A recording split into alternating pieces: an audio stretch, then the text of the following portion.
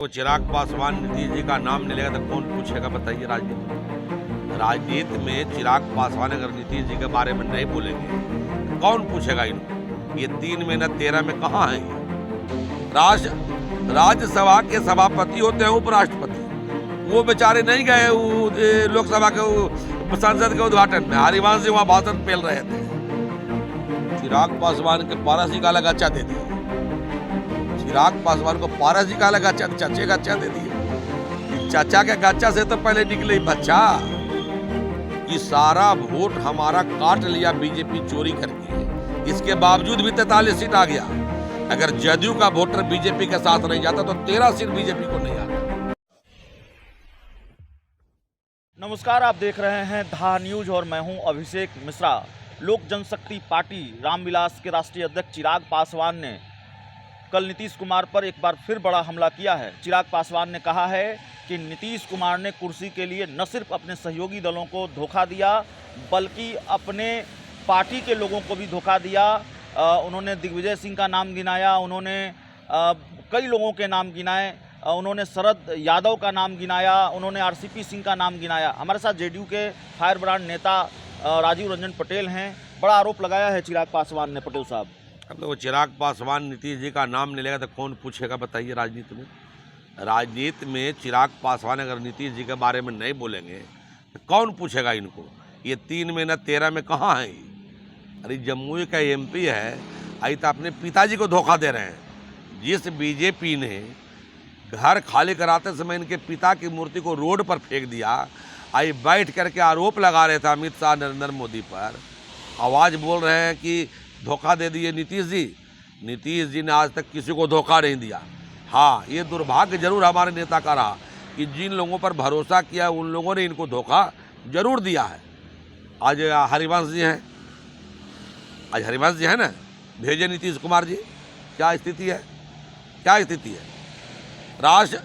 राज्यसभा के सभापति होते हैं उपराष्ट्रपति, वो बेचारे नहीं गए लोकसभा के संसद के उद्घाटन में। हरिवंश जी वहां भाषण पेल रहे थे।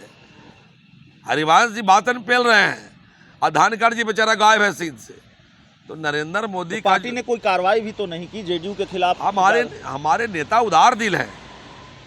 आप जाना है जाइए, अपना निर्णय लीजिए। नीतीश कुमार ने कभी किसी को रोका नहीं है और कभी किसी को टोका भी नहीं है। ये कैसी उदारता है कि पार्टी विरोधी काम करेंगे, कार्रवाई नहीं होगी।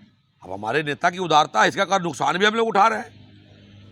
हमारे नेता की कौन देश में मुख्यमंत्री है जो राज्य सरकार को भी चला रहा है और सामाजिक नीति को भी चला रहा है? दारूबंदी या दहेजबंदी है कोई पूरे देश में? अरे हमारे नेता के जोड़ का कोई मुख्यमंत्री या कोई प्रधानमंत्री का है हिम्मत? हमारे नेता वोट का नुकसान भी हो जाता है, इसके बावजूद जो सामाजिक कुरीतियाँ हैं उसके खिलाफ भी लड़ाई लड़ रहे हैं। तो हमारे नेता तो है ही है, मैंने समझ लीजिए कि एक अलग किस्म के नेता। नहीं, आपके नेता हैं और चिराग पासवान कह रहे हैं कि भाई धोखे दे देते हैं, सब कुर्सी के लिए सबको माने गच्चा दे देते हैं। चिराग पासवान के पारस जी का अलग अच्छा दे दिए। चिराग पासवान को पारस जी का अलग अच्छा, चाचे का अच्छा दे दिए। चाचा के गच्चा से तो पहले निकले बच्चा। कई मामलों पर लेकिन आप लोगों की राय के साथ राय रखते हैं चिराग पासवान। जैसे यूनिफॉर्म सिविल कोड, उसको लेकर उन्होंने कल कहा कि ये देश विभिन्नताओं का देश है और जब तक इसका ड्राफ्ट सामने नहीं आ जाता इस पर टिप्पणी करना ठीक नहीं होगा। अभी वो बीजेपी के साथ नहीं है यूनिफॉर्म सिविल कोड को लेकर। ये सब हमको लगता है उनकी जो हमारे नेता नीतीश कुमार जी ने जो स्टैंड लिया है शुरू से जी, और केसी त्यागी जी ने, हमारे जो राष्ट्रीय प्रवक्ता, उन्होंने ठीक ही कहा है कि जब तक कि आरएसएस वाला ड्राफ्ट को कोई बर्दाश्त नहीं करेगा और अगर ड्राफ्ट बनाना है, यूसीसी लागू करना है, तो सभी दलों को लेकर के और उसके हिसाब से अगर कोई ड्राफ्ट बनता है तो जरूर देश के नेता समर्थन करेंगे। लेकिन आरएसएस के एजेंडा पर अगर कोई चलना चाहेगा तो न देश पहले चला है न आज चलेगा, और लोग तो इसका विरोध करेंगे। 2020 के विधानसभा चुनाव में चिराग पासवान ने नुकसान पहुंचाया, इसको आप लोग भी मानते हैं। क्या 2024 के लोकसभा चुनाव में, 2020 के विधानसभा चुनाव में नुकसान पहुंचाया, 2024 के लोकसभा चुनाव में ऐसा ही खतरा चिराग पासवान से देख रहे हैं, खासकर वो बीजेपी के साथ हो जाते हैं तो? ना, वो तो देखिए, वो चिराग पासवान ने धोखा नहीं दिया।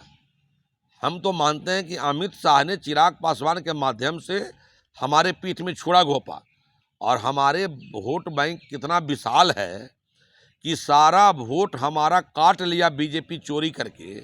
इसके बावजूद भी 43 सीट आ गया। अगर जदयू का वोटर बीजेपी के साथ नहीं जाता तो 13 सीट बीजेपी को नहीं आता। अगर ये गद्दारी हम लोग की तरफ से होती तो बीजेपी की हैसियत बिहार में 13 सीट लाने की नहीं है। ये तो हमारा नेता का इतना विशाल जनमत है कि इस पीठ में छुरा खंजर रोज घोंपता रहा बीजेपी अमित शाह चिराग पासवान के माध्यम से, लेकिन फिर भी बिहार की जनता खरी उतरी और हम लोग 43-44 सीट ले आए। बड़ी जोड़ की चर्चा है पटेल साहब की, नीतीश कुमार विपक्षी दलों की तरफ से संयोजक बनाए जा सकते हैं, ऐसी उम्मीद आपको है? देख रहे हैं ऐसा होता हुआ? कुछ जानकारी दीजिए, कुछ ब्रेकिंग न्यूज़ मिले इस इंटरव्यू में? निश्चित रूप से आप जब बैठक उनके नेतृत्व में जो बीजेपी कह रही थी कि मेंढक है, इसको तौलना मुश्किल है, एक साथ कैसे आएंगे, तौल भी दिया और कई घंटों तक बैठा भी लिए और वो बढ़िया स्वागत करके भी भेजे, और संयोजक तो है ही। अरे घोषणा होना बाकी है। अगर उनकी बात नहीं मानते तो क्या लोग देश भर के चले आते? इतने लोग आपस में कंट्राडिक्टरी है एक दल का दूसरे दल से, फिर भी नीतीश जी के कहने पर सब लोग एक साथ बैठ गए, तो संयोजक तो हैं, सिर्फ घोषणा बाकी है। बड़ी बात आप कह रहे हैं और बहुत बड़ी ब्रेकिंग न्यूज़ दे रहे हैं कि नीतीश कुमार विपक्षी दलों के संयोजक हैं, सिर्फ औपचारिक ऐलान बाकी है। औपचारिक ऐलान बाकी है, संयोजक तो है ही। अगर संयोजक नहीं रहते तो इनकी बात मान के लोग आते, बल्कि और 1-2 दल जुड़ेंगे। आप देख लीजिए बेंगलोर में अगर बैठक हुई तो, और खबर चला दे 12 जुलाई को ऐलान हो जाएगा, एकदम ऐलान होगा। संयोजक हैं हमारे नेता के। आज घबराहट मोदी और शाह ने मोदी जी ने जो भोपाल में भाषण दिया, क्या दिया भाषण? इनको जो अडानी घोटाला, क्या LIC स्टेट बैंक का घोटाला नजर नहीं आया? नीरव मोदी पैसा लेके भाग गया, ये घोटाला उनको नजर नहीं आया? राफेल में जो घोटाला कर लिया वो नजर इनको नहीं आया? जो मध्य प्रदेश में व्यापम घोटाला हुआ ये नजर इनको नहीं आया? लेकिन विपक्षी दल का घोटाला इनको नजर आ रहा था। तो मोदी जी तो घबराहट में भाषण दे रहे हैं। अमित शाह तो कहते दिमाग गड़बड़ा गया, वो मेडिकल कॉलेज का बोल दिया कि हमारा मेडिकल कॉलेज है।